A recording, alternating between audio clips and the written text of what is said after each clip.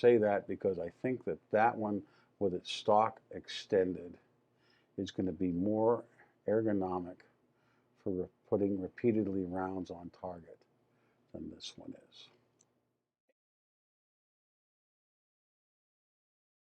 Hey guys, thanks for tuning in to another video on ForgottenWeapons.com. I'm Ian McCollum, and I am joined today by retired Master Sergeant John Keene. You are the NFA specialist for Morphees. And we've got another in our series of fun to do pick one videos, where we've got two submachine guns here, and the question is, you can only have one. Which one would you take? And we've been discussing this. Well, you saw the tail end of our discussion here before I turned the camera on. I don't think either of us actually really have a firm opinion worked out yet. So this is going to be a little of back and forth, us making up our mind here. Right, I agree. So our criteria on this are you can pick one of these and you just get it, but you can't sell it. So cash value is not a consideration, but that's the only criteria we've got for today. Often we'll do like, and you're going to use it in this situation. Now, this is just pick one, whichever you want. Right. So what is that thing? This is a Franchi model 1962, and it is an Italian. And this one is serial number 0001. I mean, that thing looks immaculate. Yes. Transferable? Yes. Those things are incredibly rare. Exceptionally so. Which I did actually know, which is part of the reason we picked it. Because it's an interesting gun that people in the US have very little opportunity to have. Looks like a Walther MPL, comes from the same time period, very much like second generation, stamped sheet metal, submachine gun, open bolt, blowback, uses its own magazines, but actually that's a Beretta magazine. It's a Beretta magazine. Yeah, makes sense. Franchi probably owned by Beretta at that point. I probably should have checked that before we started filming. It's okay, you can check it later. But I didn't. And then our competitor here, our other option is a Colt SMG, which is, I think people are going to be a little more familiar with this. It's Colt's 9mm version of the AR. Also blowback, but closed bolt. Uses converted Uzi magazines.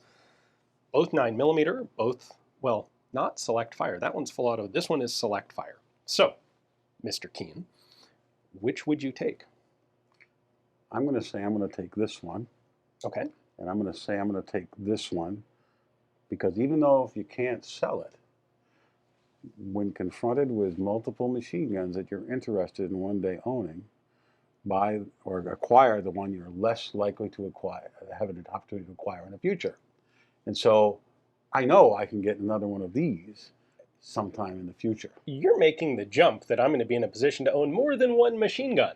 Like, well, this one is being given to you, remember? Okay. So, okay, I'll make that jump. But now that I've said that, that's just one of the tenets of machine gun ownership that I totally get it. Put forward. You've mentioned that before, and you're not wrong.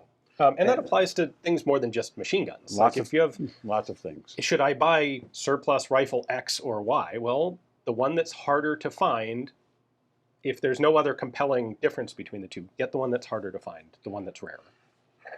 But I'm going to also say I like the idea of the extendable stock on that one more so than I like the swing out, fold out stock on this one. I would contend that when it comes to shooting, every single element of the Colt is going to be better than the Franchi. This has better sights, a better trigger. It fires from a closed bolt instead of an open, so it doesn't go ka-thunk on your first shot. It's got semi-auto if you want actual controlled proper shots. You're making all the points I was about to make, and that's all fine. I can put an optic on it, a carry handle optic, but an optic all the same. Stock's better. Like, everything about this gun is better, isn't it? And the availability of parts to replace if you need to replace parts, as opposed to this one. This one is got a smaller profile. Yeah. I suspect that if I were to, once I put the sling on this, I can throw this on my back and it will be easier on me than this one will because of the side mounting sling swivels. So it gets a couple of points there.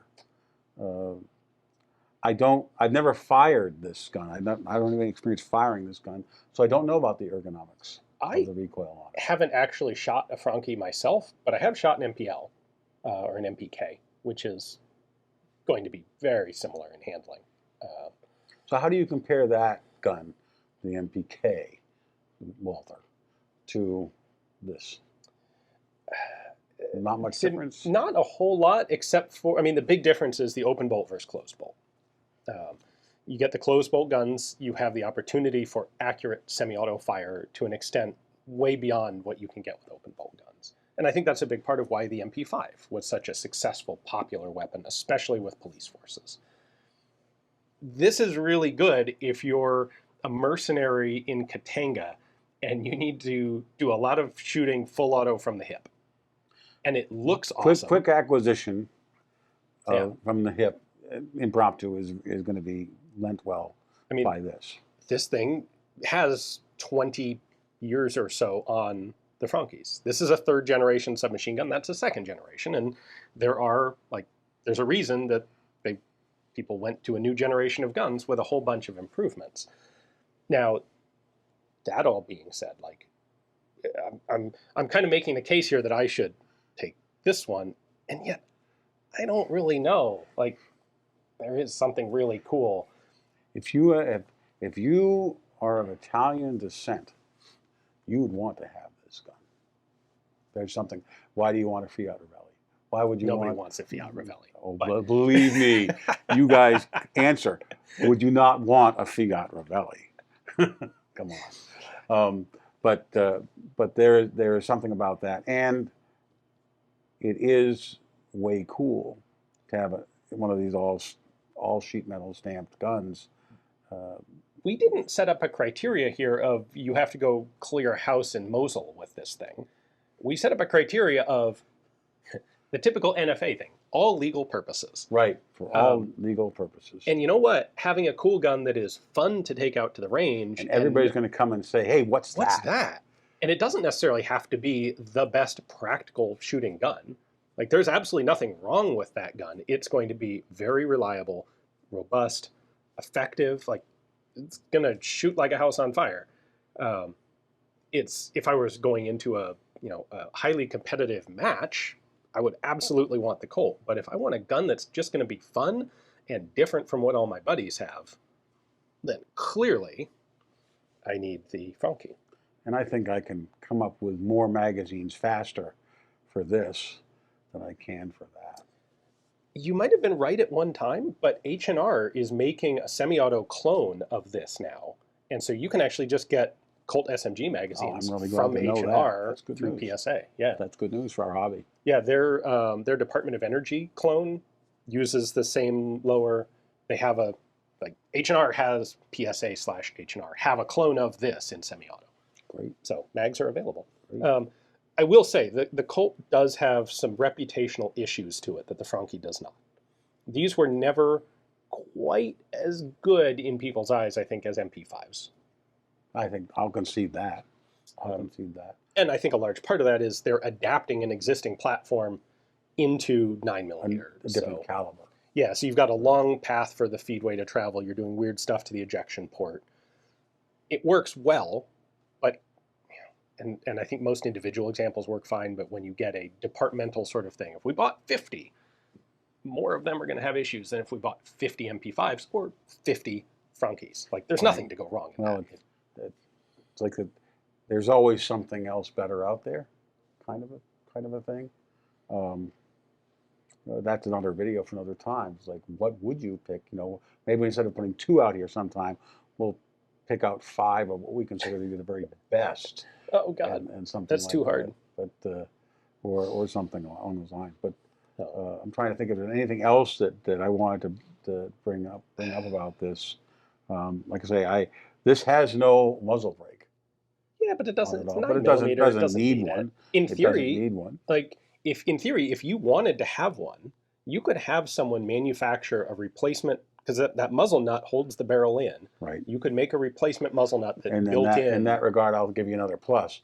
It'd be easier for me to unscrew this and screw on a silencer and put subsonic ammunition in this than it would for me to unscrew that and put a silencer on and put subsonic ammunition in that. You can unscrew both of them, but this one is going to be hand unscrewed. I'm just going to put a Rotex mount on that attaches to a bird cage, and there you go. Right onto that thing. There you go. And for suppressed use, this is probably a better. It's because closed it's a bolt. closed It's going to bolt be quieter. gun. I think the closed bolt is going to edge over, but this is going to win on the way cool factor at the range. People are going to see that. What the hell is that? One of the things that I try to do with a decision like this, well outside of guns necessarily, is picture myself having made the decision and like picking one of these and walking out the door with it. And does that version of me regret, like instantly walk out the door and go, oh, I should have.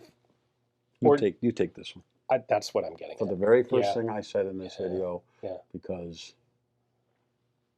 Yeah, if this were a legit real thing and Morpheus was like, we really appreciate you doing so many videos for so many years, help yourself to a submachine gun. I'll speak to Dan Morphy about that. What I'll do is I'll say, we're going to hold a raffle. Maybe I'll speak to Dan. Say, Ian's Dan, we're going to have a raffle. Mind. And somebody gets to have their bill torn up when they win something at auction. Well, somebody will win. And he won't go for it. Don't count on that. I don't think it's going to happen. He won't go for it. But if it was real, I'd have to take the Franchi. Like, I know it's not the most practical, but then again, I'm not actually in a situation where I expect to need to use a 9mm submachine gun for anything specific aside from having we are fun with recreational machine gun shooters. We are. And really. Collectors. And this is the far more interesting collectible piece. In 50 years, this will be a really interesting collectible piece. It'll be the equivalent. What? I'm not planning on being here then. You might be. I'm not planning I on would like being to here. be here, yes. You have a chance. But I will say this. In 50 years, I wonder what we're going to be looking at for the state of the art. Will we be shooting things that shoot bolts of energy by that point? Or will we be still doing this platform? I think this platform is still going to be here in 50 years. I think it will, yeah. But it'll also, I see an interesting parallel here where the Franchi is perfectly adequate. Like, it's a good gun, but it was never as successful as the MP5 from the same time period. And the Colt SMG is the same thing 2 decades later. It's a good gun, perfectly suitable. It was Colt's best shot, but it was never quite as good as the MP5. So clearly, what we have an issue here is German hegemony in the small arms market. Yeah. Well, because of what they were able to design and produce. Yeah. And there it is. All right. Well, let us know, you guys. I think we both end up now having to fight over the Franchi. I think so. Well, but thank you. Take care of that off camera. Hopefully you guys enjoyed the video. Thank you very much for watching. Thanks for joining me, John. I enjoy it. Take care.